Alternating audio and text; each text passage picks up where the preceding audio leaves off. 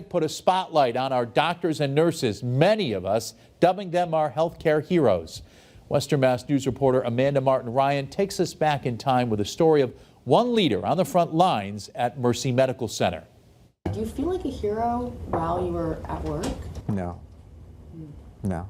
Mark Kenton was just months into his new role as Chief of Emergency Medicine when he was tasked with making a plan of attack in completely uncharted territory. You're watching CNN because you're trying to learn things too, right? You're learning from the news about where this is and where it's spreading to, what places are doing.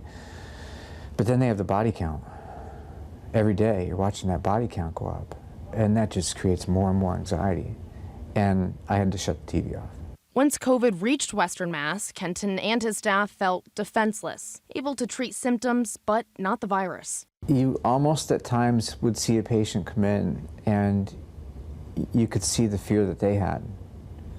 And still can see some of those faces. And inside, when you've done this for the amount of years that I've done this, you know when someone's really sick and you could look at them and know that this person's probably going to be gone in 2 weeks. Like being on the front lines of war, healthcare workers had to push forward as some of their comrades fell to the fight. We had some of our staff that got really sick. I know a paramedic that died. And it wasn't just the virus they were up against. There was no reason for this to become political. And I think the politics behind it cost lives.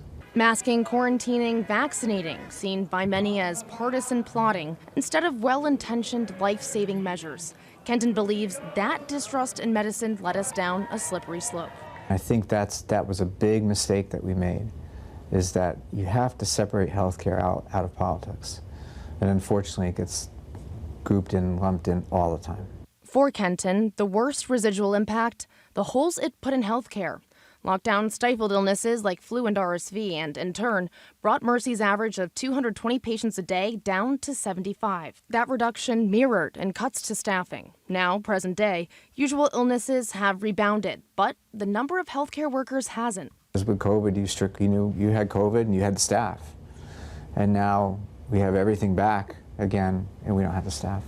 Looking back now for Kenton, more so, a reminder of what could be ahead. There's almost like a PTSD that comes with it, that you have that fear that something else will come. Surging bird flu, a measles outbreak across the country, even new COVID strains emerging.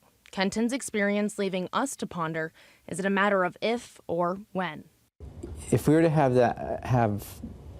that same type of pandemic come now with our staffing crisis, it really could tip our healthcare completely in a very negative direction. You know, it's very hard right now to practice medicine. I've been doing this for 23 years, and this has probably been the most challenging time that I've ever practiced in. In Springfield, Amanda Martin Ryan, Western Mass News. Still ahead here on Western